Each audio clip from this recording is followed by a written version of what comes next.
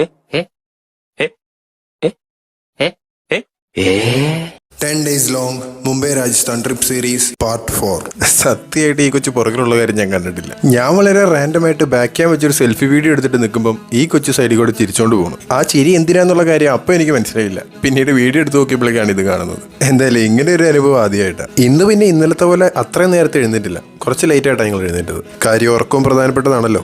എഴുന്നേറ്റ് ഒട്ടുന്നതിന് സമയം കളയാതെ കുളിച്ചൊരുങ്ങി നേരെ ഭക്ഷണം കഴിക്കാൻ വേണ്ടി പോയി. ഞാനൊരു ബട്ടർ മസാല ദോശയും കാപ്പിയാട്ടാ പറഞ്ഞത്. ഇന്നത്തെ നമ്മുടെ പ്രധാന ലക്ഷ്യം സഞ്ജയ് ഗാന്ധി നാഷണൽ പാർക്കിൽ പോകുക എന്നുള്ളതാണ്. അവിടെ ഏകദേശം 1 day സ്പെൻഡ് ചെയ്യാനുള്ള സംഭവം ഉണ്ട് കേട്ടോ. നിങ്ങൾ മുംബൈയിൽ വരുന്നുണ്ടെങ്കിൽ ഈ സ്പോട്ട് മറക്കാതെ പോകുന്നത് വളരെ നല്ലതായിരിക്കും കേട്ടോ. എന്താണെന്നറിയത്തില്ല, ഇങ്ങനെ എന്തെങ്കിലുമൊക്കെ പറഞ്ഞാലേ നമുക്കൊരു സുഖമുള്ളൂ. സോറി, ഞാൻ മാത്രമല്ല കേട്ടോ, ഈ ഒരു കാര്യത്തിൽ ഞങ്ങൾ 4 പേരും ഈക്വലി കണക്കാ. ഇവിടെ വന്നാൽ നിങ്ങൾ ആദ്യം ശ്രദ്ധിക്കേണ്ട കാര്യം നേരെ പോയി ഒരു സൈക്കിൾ റെന്റിന് എടുക്കുക എന്നുള്ളതാണ്. ഏത് പ്രായക്കാർക്ക് പറ്റിയ സൈക്കിളും ഇവിടെയുണ്ട്. പ്രത്യേകം ശ്രദ്ധിച്ചോണം, പുറത്തുനിന്ന് സൈക്കിൾ റെന്റിന് എടുത്തിട്ട് ഉള്ളിൽ കയറ്റാൻ നോക്കരുത്. അത് നിങ്ങൾക്ക് ഭയങ്കര നഷ്ടമായിരിക്കും. ഉള്ളിലേക്ക് സൈക്കിൾ കയറ്റണമെങ്കിൽ നിങ്ങൾക്ക് സ്പെഷ്യൽ ഫെയർ കൊടുക്കേണ്ടി വരും. അതുകൊണ്ടാണ് കൂടുതൽ നഷ്ടമായിരിക്കും എന്ന് പറഞ്ഞത്. പിന്നെ മറ്റൊരു കാര്യം, നിങ്ങൾക്ക് ഇവിടെ മാത്രം കാണാൻ പറ്റുന്ന നല്ല വെറൈറ്റി വന്യമൃഗങ്ങളുണ്ട് ഇവിടെ.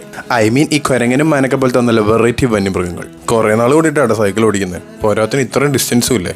അത്യാവശ്യം ഇടപാട് തീർന്നായിരുന്നു. അതുകൊണ്ട് തന്നെ ഇടയ്ക്ക് വെച്ച് ഓരോ ജ്യൂസും കുടിച്ചോണ്ടാണ് ഞങ്ങൾ പോയത്. ഇവിടം വരെ സൈക്കിളുള്ളൂ.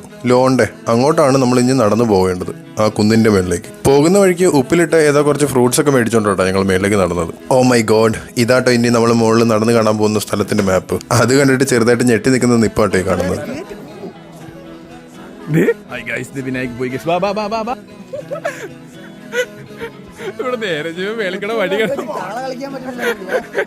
ഇവിടെ മുകളിൽ വന്നു കഴിഞ്ഞാൽ ഇഷ്ടം പോലെ കേവുകളുണ്ട് കേട്ടോ.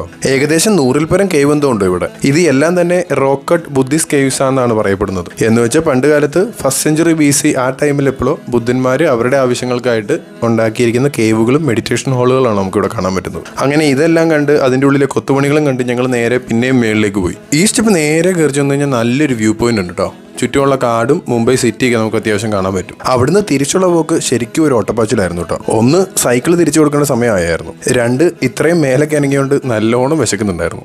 മല ഇറങ്ങി കഴിഞ്ഞിട്ട് ഒട്ടും തന്നെ സമയം കളഞ്ഞില്ല കേട്ടോ. വയറു നിറയെ ഫുഡും കഴിച്ച് ഒരു ഗ്ലാസ് ലെമൺ ടീയും കുടിച്ച് ഞങ്ങൾ നേരെ തിരിച്ച് ഡോർമെറ്ററിലേക്ക് പോകുന്നു. കാര്യം വേറൊന്നുമല്ല, ഇന്ന് രാത്രിയാണ് ഉദയപൂർക്കുള്ള നമ്മുടെ ട്രെയിൻ. പെട്ടെന്ന് കുളിച്ചിറങ്ങി ട്രെയിനിൽ കഴിക്കാനായിട്ട് കുറച്ച് സ്നാക്സ് മേടിച്ചുകൊണ്ട് ഞങ്ങൾ നേരെ റെയിൽവേ സ്റ്റേഷനിലേക്ക് പോയി. അപ്പോൾ ബാക്കി നാളെ.